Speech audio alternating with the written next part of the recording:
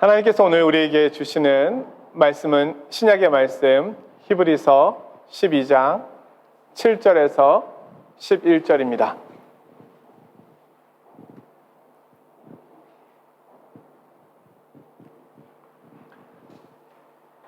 히브리서 12장 7절에서 11절까지 말씀 제가 받들어 봉독하겠습니다. 너희가 참음은 징계를 받기 위함이라. 하나님이 아들과 같이 너희를 대우하시나니 어찌 아버지가 징계하지 않는 아들이 있으리요. 징계는 다 받는 것이거늘 너희에게 없으면 사생자요 친아들이 아니니라. 또 우리 육신의 아버지가 우리를 징계하여도 공경하였거든 하물며 모든 영의 아버지께 더욱 복종하며 살려하지 않겠느냐. 그들은 잠시 자기의 뜻대로 우리를 징계하였거니와 오직 하나님은 우리의 유익을 위하여 그의 거룩하심에 참여하게 하시느니라. 무릇 징계가 당시에는 즐거워 보이지 않고 슬퍼 보이나 후에 그로 말미암아 연단 받은 자들은 의와 평강의 열매를 맺느니라. 아멘. 아멘도 인색하시네요.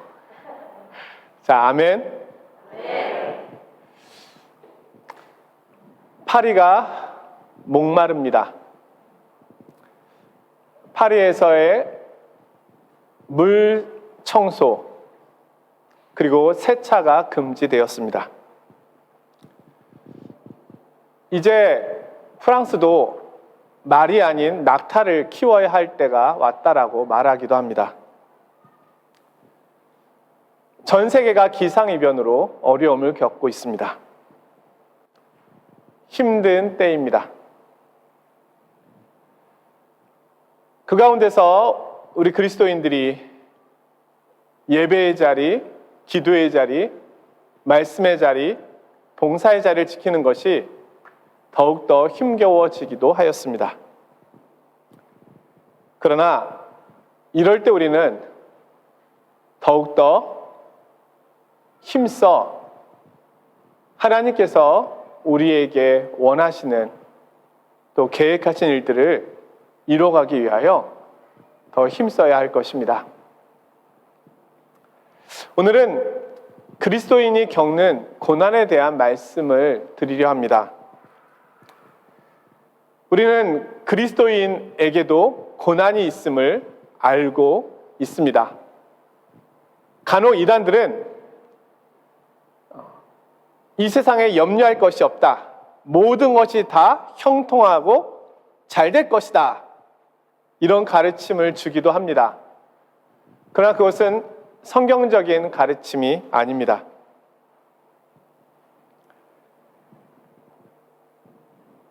하나님의 말씀은 이 세상에서 살아가고 있는 우리에게 삶에서 찾아오는 고난의 문제를, 고통의 문제를 무마시키기 위하여 말씀하고 계시지 않습니다. 오히려 하나님께서는 이렇게 말씀하십니다. 세상에서는 너희가 환난을 당할 것이다. 그러나 담대하라. 내가 세상을 이겼기 때문이다.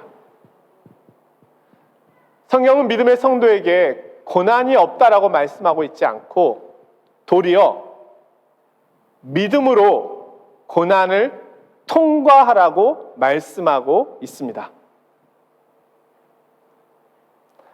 한국의 이철환 작가라고 하는 이분이 그리스도인으로서 자신에게 닥쳐진 삶의 여러 가지 어려움과 고난의 상황 속에서 하나님을 묵상하고 경험한 내용을 가지고 책을 써서 제목을 달았는데요. 그 제목이 바로 오늘 말씀의 제목입니다. 예수님을 믿으면 행복해질까? 그가 책에서 이렇게 이야기합니다. 하나님을 믿으면 반드시 기쁜 일만 생긴다고 말씀드릴 수는 없을 것 같습니다. 하지만 하나님을 믿으면 내가 당한 슬픔을 이전과는 분명히 다른 방식으로 받아들일 수 있다고 말씀드릴 수는 있습니다. 슬픔을 바라보는, 고난을 바라보는 생각의 틀, 관점이 달라진다는 것입니다. 이것이 성도의 특권입니다.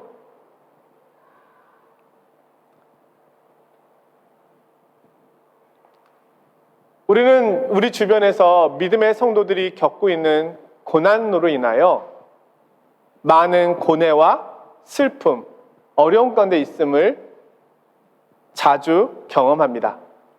뿐만 아니라 그것이 나의 문제가 되는 경우도 많이 있습니다. 그 일을 통해서 우리가 알게 되는 것은 성도에게 있어서는 고난 자체가 문제가 아니라 고난을 바라보는 시각이, 시선이 이 세상에서 바라보는 시선과는 다르다라는 것입니다. 우리는 우리의 고난을 말씀 앞에서 바라봅니다. 기독교 변증가로 알려진 영국의 유명한 학자 C.S. 루이스라고 하는 분이 있습니다. 이분이 이런 이야기를 들려줍니다.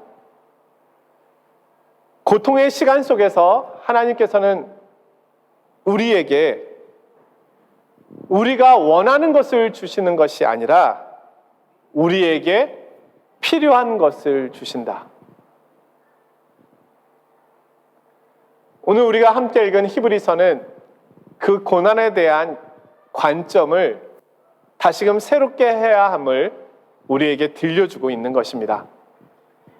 히브리서는 우리가 잘 알고 있듯이 고난받고 있는 히브리 그리스도인들을 위하여 기록되었습니다.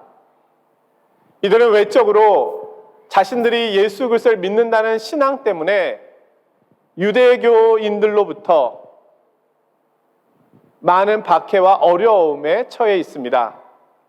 또한 그들의 박해 속에서 자신들이 감당하기 어려워 계속해서 고뇌하고 있는 연약한 믿음 때문에 괴로워하고 있기도 합니다. 그러한 그들에게 오늘 히브리서 기자가 히브리서의 말씀을 통하여 그들을 권면하고 격려하고 있는 것입니다. 이들은 자신들의 상황을 이해할 수가 없었습니다. 왜냐하면 예수님을 믿으면 행복해질 줄 알았는데, 예수님을 믿으면 이전과는 다른 내 삶의 대로가 평탄해질 줄 알았는데, 막혀있던 모든 것들이 다 풀려질 줄 알았는데, 질병으로부터도 자유롭게 될 줄 알았는데, 경제적인 문제와 여러 삶의 위기로부터 벗어날 줄 알았는데, 오히려 더 많은 문제들이 그들에게 찾아온 것입니다. 그들은 혼란스러웠습니다. 하나님은 사랑이시고 그리스도께서는 사랑이신데 왜 나에게 일어나고 있는 이 일들은 하나님은 사랑이시라고 하는 이 단어만으로 설명할 수 없다는 것입니다. 히브리서 기자는 그들에게 편지를 써서 이야기합니다. 우리가 지금까지 알지 못하고 경험하지 않았던 또 다른 면이 신앙의 한 부분임을 보여주고 있는 것입니다. 이것 또한 신앙의 영역이라는 겁니다.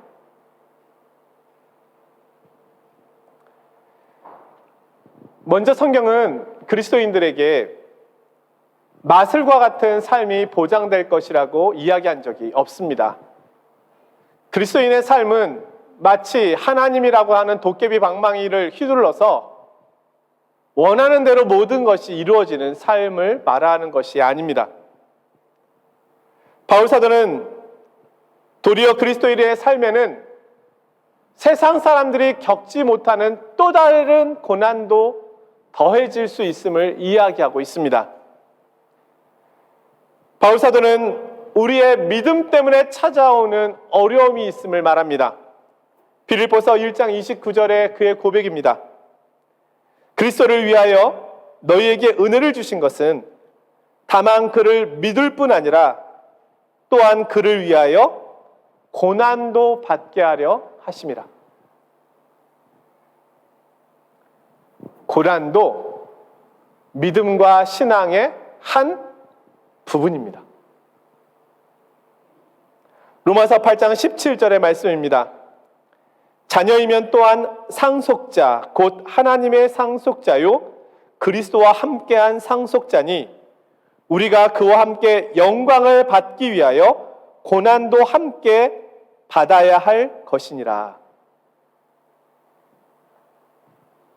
그리스도의 십자가와 부활이 하나의 복음으로 있는 것처럼 성도들의 십자가와 부활, 고난과 영광도 함께하고 있다는 겁니다.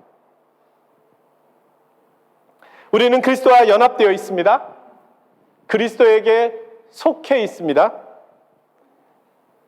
그 사실 때문에 그리스도의 부유함을 우리가 경험하게 됩니다.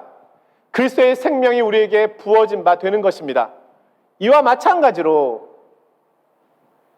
그의 고난도 함께 우리에게 상속된다는 것입니다.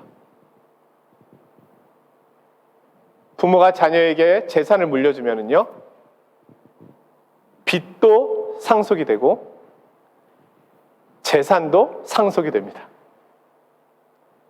둘 다 상속이 되는 것입니다.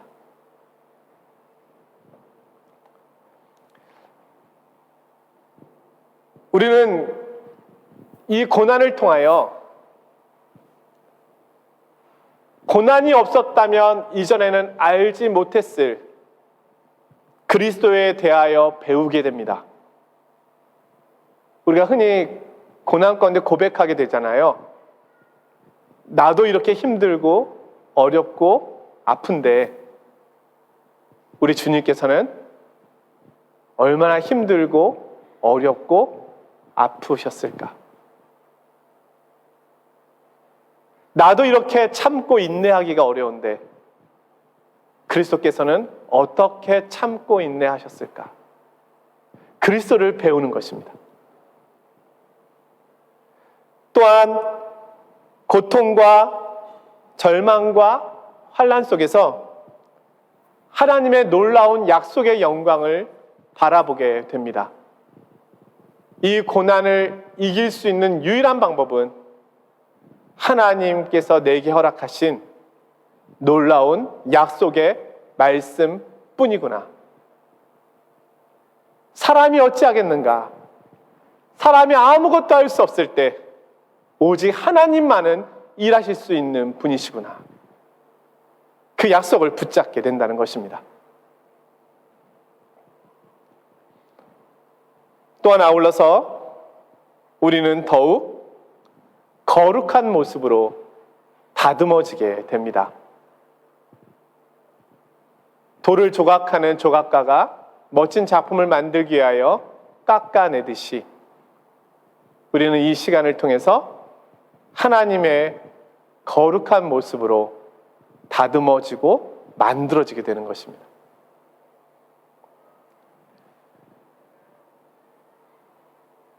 오늘 말씀은 우리가 이제 그리스도인이 되었기 때문에 모든 것이 만사 형통할 것이라고 이야기하고 있는 것이 아니라 도리어 오늘 말씀은 우리가 그리스도인 하나님의 자녀가 되었기 때문에 하나님께서 우리의 인생과 우리의 삶을 다루어 가신다는 것을 말씀하고 있는 겁니다.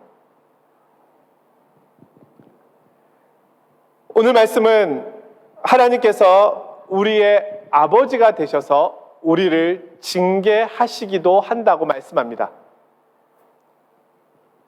하나님께서는 우리를 자녀로 대우하신다는 겁니다. 하나님 우리를 손님으로 대우하지 않습니다. 우리가 손님에게는 좋은 것만을 대접할 것이고 좋은 것만을 보여줄 것입니다. 하지만 자녀에게는요, 아픔도 나누고 기쁨도 나눌 뿐만 아니라 잘못된 것에 대해서는 고치도록 명령할 것입니다. 훈계할 것입니다. 하나님은 우리를 자녀로 다루십니다. 저와 여러분은 하나님의 손님이 아닙니다. 하나님의 자녀입니다.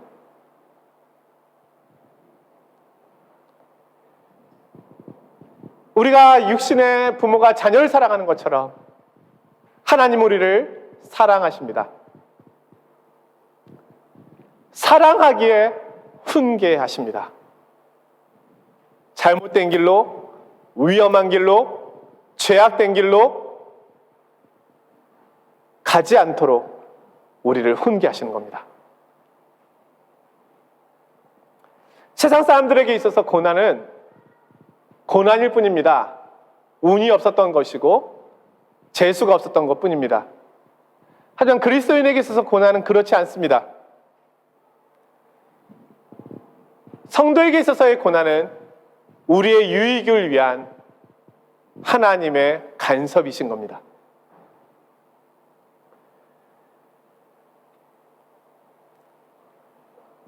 고난의 자리에서 우리가 가장 먼저 생각해야 할 것은 하나님은 나를 자녀로 대우하시고 하나님은 나의 아버지가 되신다는 이 한 가지 사실입니다. 오늘 히브리서에서도 그것을 말씀하고 있죠. 여기가 고난에 대한 이해의 출발점입니다.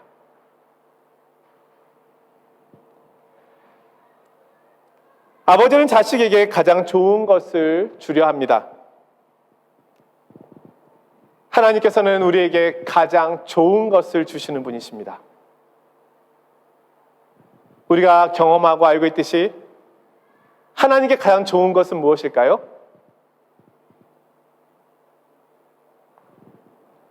그의 아들이시죠. 가장 귀한 것, 가장 좋은 것. 그 아들을 우리를 위하여 주셨습니다.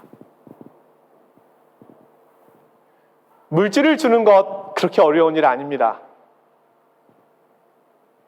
그러나 아들의 생명을 준다는 것은, 가장 소중한 것을 준다는 것은 가장 어려운 일일 것입니다.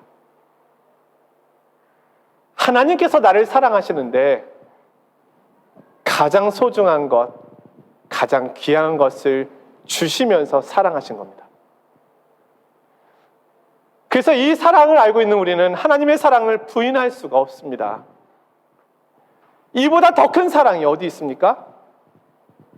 그러하기에 우리는 그분의 사랑을 믿고 신뢰하는 것입니다.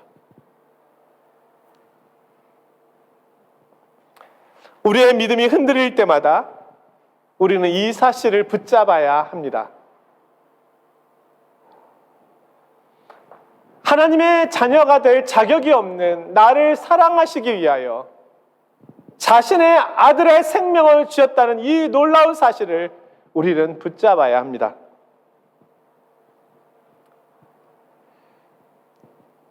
오늘 말씀에서 자녀를 훈계하는, 그리스도인을 하나님께서 자녀로 여기시고 훈계하시는 목적과 이유가 설명되어 있습니다. 여러 가지 이유가 있지만 오늘 본문에서는 한 가지로 이야기하고 있는데요. 10절의 말씀입니다. 우리의 유익을 위하여 그의 거룩하심에 참여하게 하시느니라. 분명히 말씀하고 있습니다. 우리의 유익을 위하여, 우리를 위해서 하시는 겁니다. 하나님은 지금도 우리를 위해서 일하시고 계십니다. 우리가 생각할 때 우리에게 가장 큰 유익은 무엇일까요?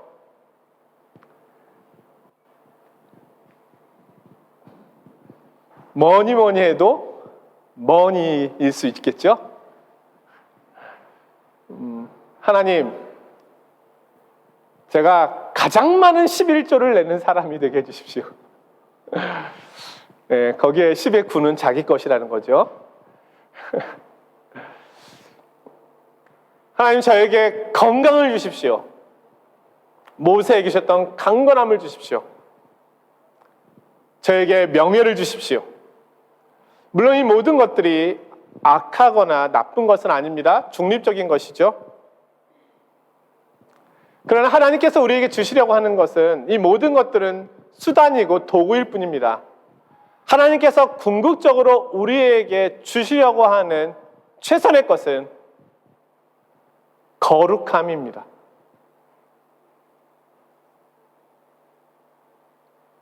하나님은 오늘도 그걸 주시기 위하여 나를 위하여 일하시는 겁니다. 거룩함. 내가 거룩하니 너희도 거룩하라. 우리의 모습에 죄의 형상이 사라지고 하나님의 형상이 회복되는 것, 그것이 거룩함입니다. 나를 통하여 하나님의 형상이 나타나는 것, 하나님은 그것을 목적으로 나를 빚어가고 계시다는 겁니다. 하나님은 우리가 원하는, 내가 원하는 행복을 위하여 일하시는 분이 아니라 거룩함을 위하여 일하시고 계십니다.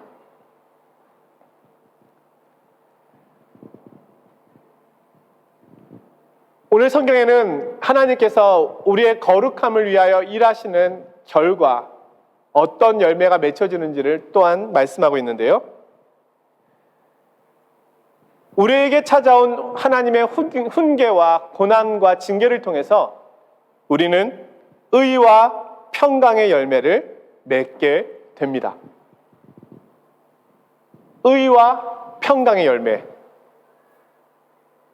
하나님과 우리 사이에 어떠한 장애물도 벽도 없으며 하나님께서 말 그대로 옳다고 인정하는 겁니다. 너 하는 것 옳아. 너 그렇게 행동하는 거 맞아. 그렇게 생각하는 거 맞아. 너는 나의 자녀 맞아. 이 의와 평강의 열매가 맺혀지는 겁니다. 우리 안에 하나님의 형상이 드러나게 되는 것이죠. 그로 인하여 세상이 줄 수도 알 수 없는 평강이 내 영혼을 다스리게 되는 것입니다.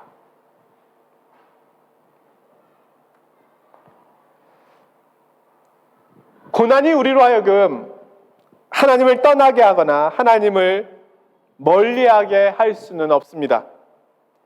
일시적으로 내 속에 그런 갈등이 일어날 수는 있겠지만 하나님 아버지에 대한 서운함이 일시적으로 존재할 수는 있겠지만 그러나 결국은 고난의 목적은 하나님께로 더욱더 가까이 나아오도록 하는 것이기에 우리는 그분께로 더 가까이 나아가게 됩니다.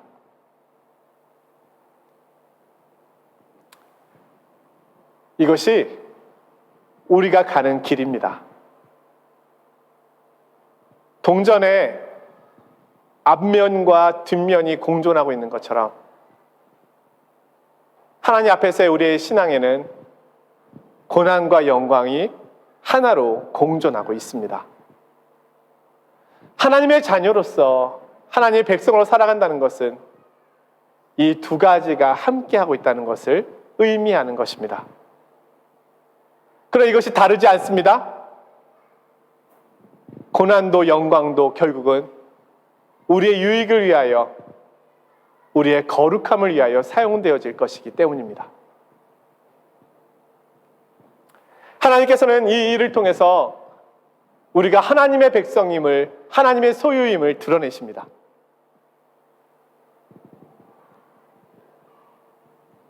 이 땅 가운데 하나님의 백성의 삶이 있음을 세상 속에 나타내십니다. 저렇게도 살 수 있구나, 저렇게도 행동할 수 있구나, 저렇게도 말할 수 있구나, 저렇게도 예배할 수 있구나, 저렇게도 섬길 수 있구나, 저렇게도 봉사할 수 있구나, 저렇게도 아름다운 열매를 맺을 수 있구나. 우리를 통하여 자신의 모습을 나타내시는 겁니다.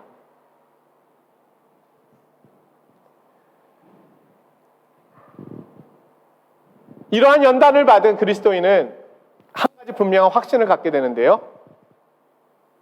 나는 하나님께 속한 하나님의 백성이기에 죄 많은 이 세상은 나의 본향집이 아니구나. 나는 믿음의 조상 아브라함, 이삭, 야곱처럼 이 땅에서 나그네의 길을 가고 있는 순례자이구나. 고난은 우리를 나의 위치와 신분이 순례자임을 드러내게 합니다. 자, 바캉스를 다녀오신 분들이 바캉스를 다녀와서 이제 뭐 해야 합니까? 쉬어야 합니다. 네? 왜냐하면 진정한 쉼은 집에 있기 때문입니다. 우리는 쉬러 바캉스를 가는 게 아닙니다. 그렇다면 집에 있어야죠.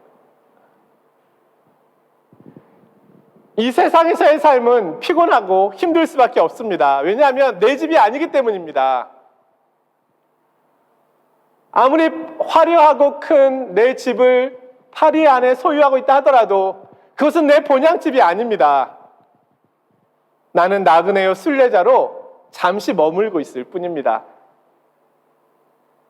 나는 나그네로 지나가다가 때가 되면 영원한 집으로 가게 될 것입니다.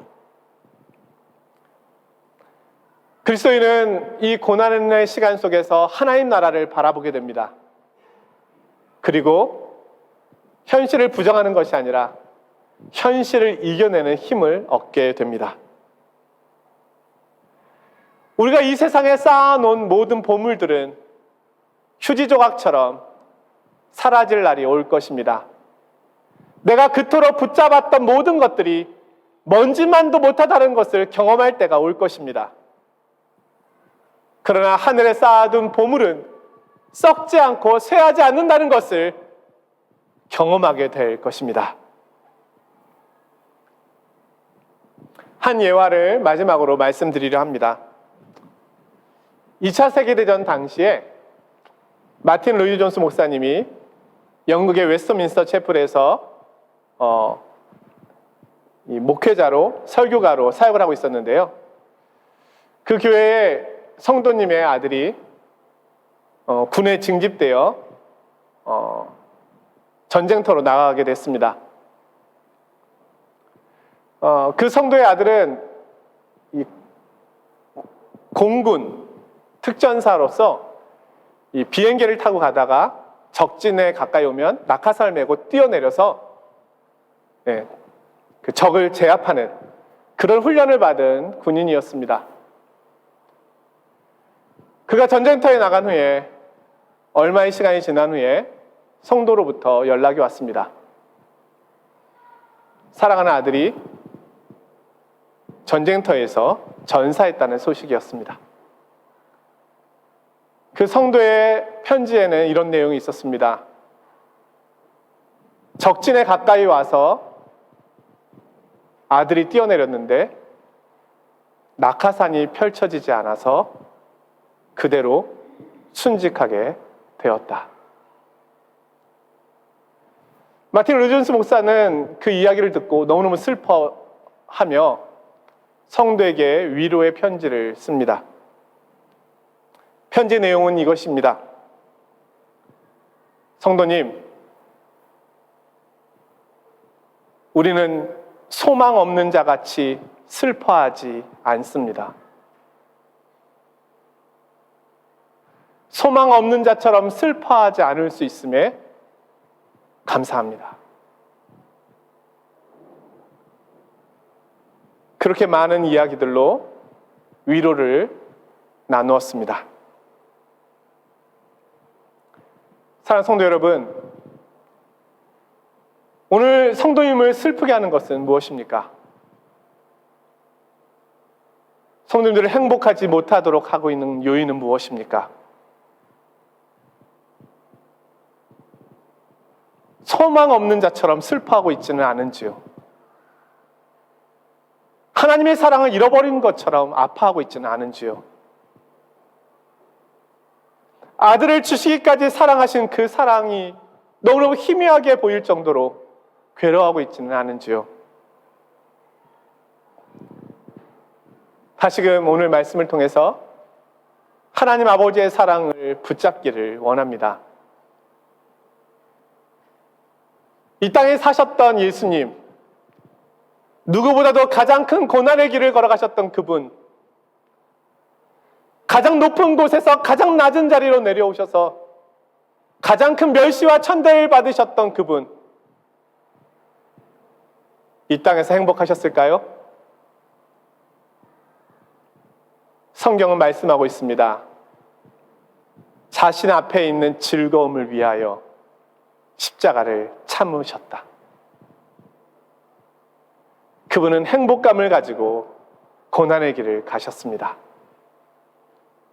그분을 따르던 믿음의 제자들은 불행하였을까요?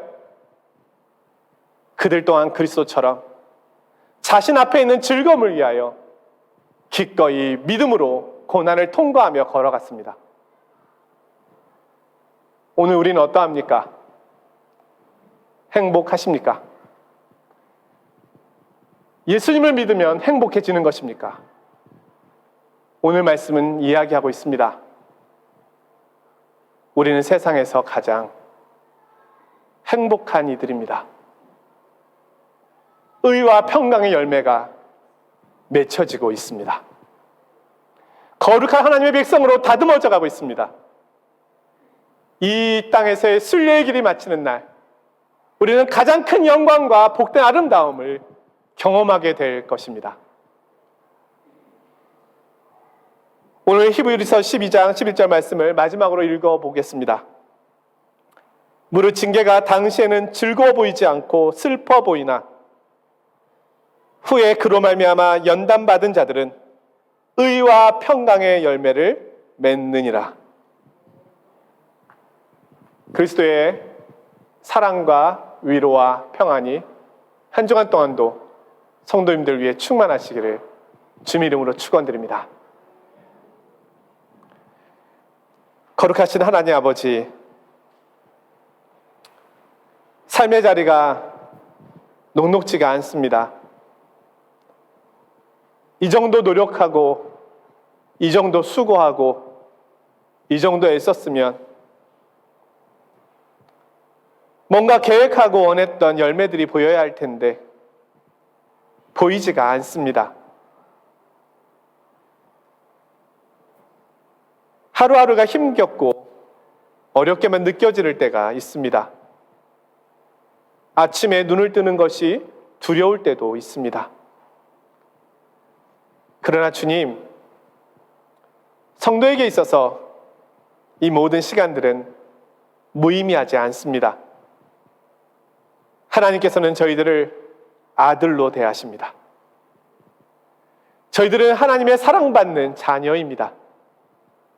이 약속의 말씀을 붙잡고 소망 없는 자가 아닌 소망 있는 자처럼 살게 하여 주옵소서. 그렇게 거룩하신 하나님을 닮아가는 하나님의 소유된 백성으로 살아가는 한 주간의 삶이 되게 하옵소서. 예수 그리스도의 이름으로 기도드리옵나이다. 아멘.